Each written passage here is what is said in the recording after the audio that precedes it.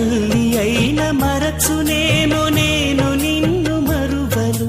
చూడుము నా అరచేతులలో నిన్ను చెక్కియున్నాను. నీ పాదము తొట్టిల్లనీయను నేను.